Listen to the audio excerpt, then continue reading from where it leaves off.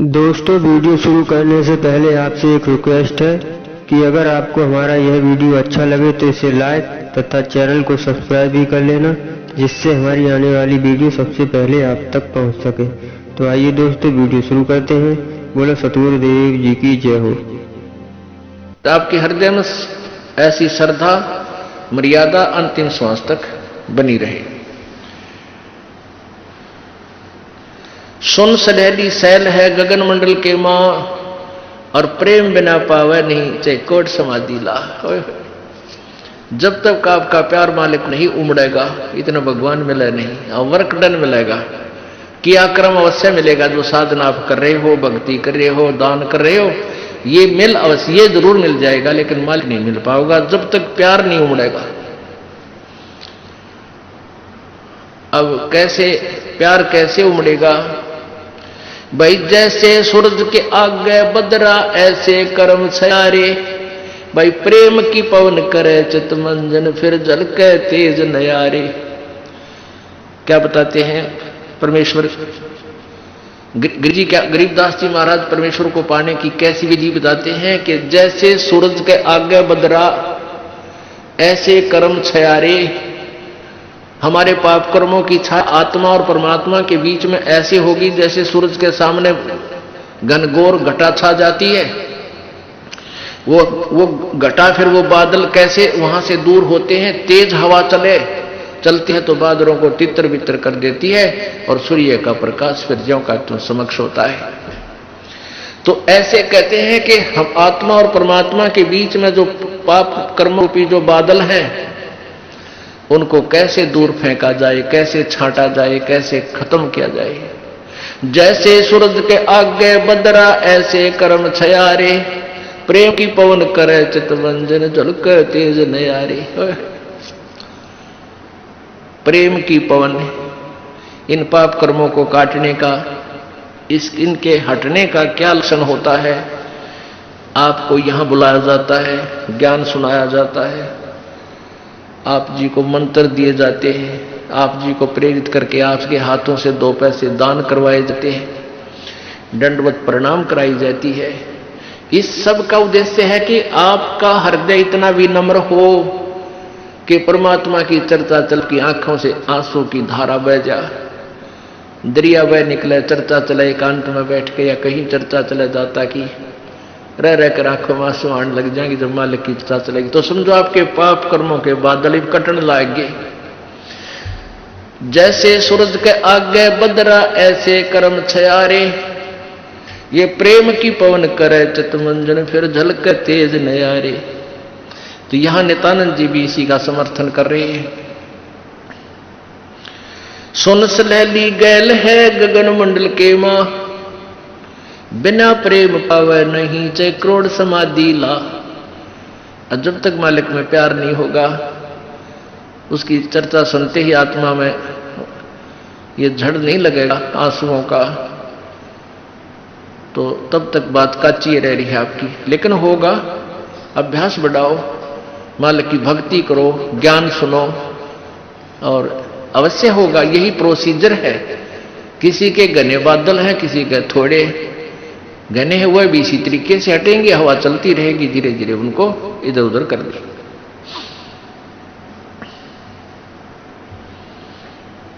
अब आपको बताया था कि जैसे नित्यानंद जी स्वर्ग सत्र के प्लेयर थे। अब जैसे डिस्ट्रिक्ट लेवल पर, यानी जिला स्तर पर बच्चे खिलाड़ी खेल खेलते हैं, नियम वही होते हैं उनके एक ही जैसे, और जो राज्य स्तर पर खेलते हैं उनके भी नियम वही होते हैं, लेकिन लाभ गणा होता है। और जो राष्ट्रीय स्तर पर खेलते हैं, नियम उनके भी वही होते हैं, और जो इंटरनेशनल लेवल पर खेलते हैं, नियम उनके भी वही होते हैं। तो नित्यानंद जी जो बता रहे हैं, ये वही नियम वही है। अब क्या बताया उस परमात्मा की यहां जाने का?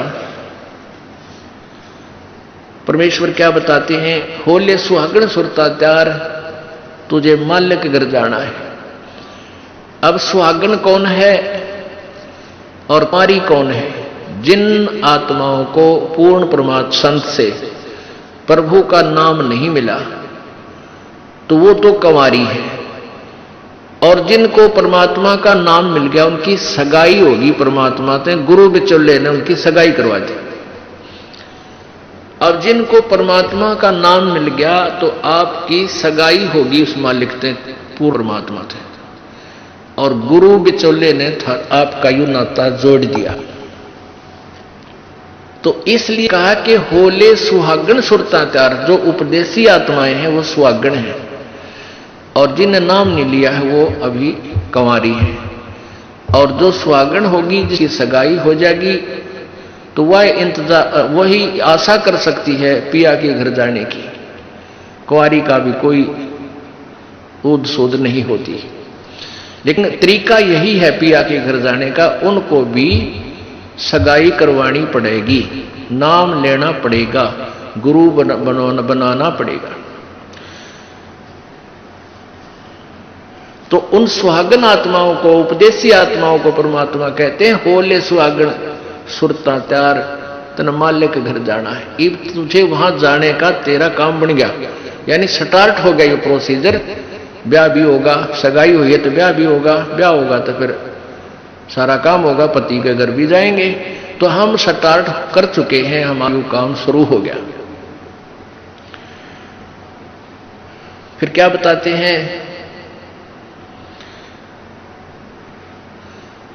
होल सुहागण सुरता त्यार, तुझे मालिक घर जाना है, तेरा सुन शिखर बरतार। सुन शिखर यानी शिखर माने चोटी में, सुन माने सब, जहां कोई और नहीं, केवल वही एक मालिक और उसका लोक है। सबसे टॉप मोस्ट प्लेस पे वहां तेरा पति, तेरा भरतार, तेरा मालिक है। सतलोक में सत्य पुरुष है। वहां क्या बताते हैं, रंग महल में रास विलास अपार है, चलो सकी उस देश सुकंत हमार है। उस रंग महल में सारे ठाठ बाट हैं सतलोक के अंदर, और चलो सखी वहां अपना वो मालिक पति है, वो अपना कंत है, अपना प्रभु स्वामी मालिक है, उस लोक में चलो। नहले धोले ओढ़ पैर लेकर 16 सिंगार, आज नहीं ते तड़के परसों तेरे आवेंगे लड़ियार। अब नाना क्या है, धोना क्या है, इस सत्संग रूपी दरिया में, गंगा में अपने अंतःकरण के मैल साफ करे। ओढ़ पैर ले, यहां क्या ओढ़ना है, क्या पहनना है, कौन से आभूषण है कि साधु जैसा भाव आपके अंतःकरण का दिखे, भक्ता कैसे लक्षण हो, ये तरह ओढ़ना है। और शील, संतोष, विवेक, दया भाव है, ये इस प्रकार के 16 तरह आभूषण है। जो एक जैसे लड़कियां, वैसे ही उदाहरण देने पड़ते हैं उन्हीं के आधार से। लड़कियां शादी जब हो जाती है तो आभूषण पहनती हैं इसलिए कि तू अपने पति को अच्छी लगेगी। तो परमात्मा हमारा पति है, वो हम उसको कैसे अच्छे लगेंगे जब हमारे ये आभूषण होंगे। नम्रता होगी, दया होगी, शील, संतोष, विवेक से हम चलेंगे, किसी की आत्मा नहीं दुखावेंगे, हैं, दान धर्म करेंगे, सेवा करेंगे, तो तब उस मालिक को हम अच्छे लगेंगे, पसंद होंगे, तब वो हमें स्वीकार करेगा। और सुमन, ध्यान, भक्ति, ये पांचों यज्ञ करके अपनी कमाई करके अपना दहेज बना ले। फिर क्या बताते हैं, आज नहीं तो तड़का परसों, या अब तेरा कभी ना कभी जाने का समय अवश्य आएगा। तेरे साथ की कितनी जाली तू क्यों लारी वार, और बिया खेलत न जन्म खो दिया लाया नहीं विचार। पहले हम बालक से थे, आजकल तो वो सारा छूट गया प्रोसीजर, तो मॉडर्न सिस्टम हो गया। बालक खेल भी गेला, कंप्यूटर तो खेल रहे हैं। पहले क्या था, हम छोटे छोटे बालक थे, उस समय जैसे दहेज देते थे लड़कियों को, तो उनका के देश था, ऐसे कोई क्या करते थे, लड़की को भेजना होता था तो उसके लिए कपड़े लाते, तो उसको क्या बताया जाता था कि इसको आगे वाली इसकी जो ना सास ननंद पित्त और आसपास की जितनी लेना देना होता है, तो उन कीड़ों क्या करते 40 तीड़ अग्निया की लाइयो, 40 सूट तीड़ तना समझते होंगे आजकल के बच्चे, पहला घाघरा हुआ करता है सब आया, और उसको ऊपर एक कुर्ता एक चुंदड़ी उसने तिल बोलिया करते। तो नो क्या करते ये 40, और पहले दिखा करते उसको भेजने से पहले लड़की को गांव की औरतें आती थी गीत गाती हुई, और वो देखा करती ये 40 तगलियां की हैं, ये 20 पछलियां की हैं, ये फलानियां की हैं, ये छोरी के हैं, ये दूसरे ससुरे की हैं, तो ऐसे बताते थे। तो वो छोटी लड़कियां होती थी ना, छोटी छोटी, पहले स्कूल स्काल कोई जाता नहीं था, वो अपने टाइम पास कराया करती, कहता गोबर बिटोड़ा करती ना, फिर वो छोटी होती तो क्या करती थी, वो छोटे छोटे टुकड़े कपड़े सिलने के बाद दर्जियों पास हो जाते थे, उन इकट्ठे कर लेती और उनके ऐसी सतह बनता है करके, और 40 तन्यारी गिड़कद गाल लेती एक गठड़ी बांध कर उसमें, और 20 न्यारी धर लेती न्यू का, और एक गुड़िया बना लेती, एक खिलौना बना लेती, एक गुड़िया सी खिलौने की स्त्री सी, और उस गुड़िया ने फिर गेलो गुड़िया ने बांध देती बिछड़ी में, ये इसकी तीड़ अगलियां की, ये पछलियां की, और वो होते ही तीन चीथड़े कपड़े टुकड़े से, और उनमें तो दूसरा कोई भाई या बहन उसी के लेवल का 1-2 साल बड़ा छोटा, और एक आधा टुकड़ा निकाल लेता ना उसकी तीड़ मत है, उस गठड़ी मत है, वो पोटली बांध रही थी वह, तो वह रोन लग जाती वह लड़की, अरे मेरी तीड़ काट ली, पापीटर रोवर रोटी नहीं खावे, और ओड चीथड़े ने वह तीड़ बांध रही, वो सूट बांध रही पूरा, तो बालक थी। और जब उस बेटी वाली लड़की बड़ी हो जाती है, युवा हो जाती है, और फिर उसका ब्याह हो जाता है, उसका शादी हो जाती है, विवाह हो जाता है, फिर उसको वो ओरिजिनल तिल मिल रहा है, वास्तविक तिल मिल रहे हैं, उसने वो सूट मिल रहे 10-20 जो भी उसके होते थे, तो फिर वह गुड़िया लेना खिला है, क्योंकि वह सैनी होगी, वो मैच्योर होगी।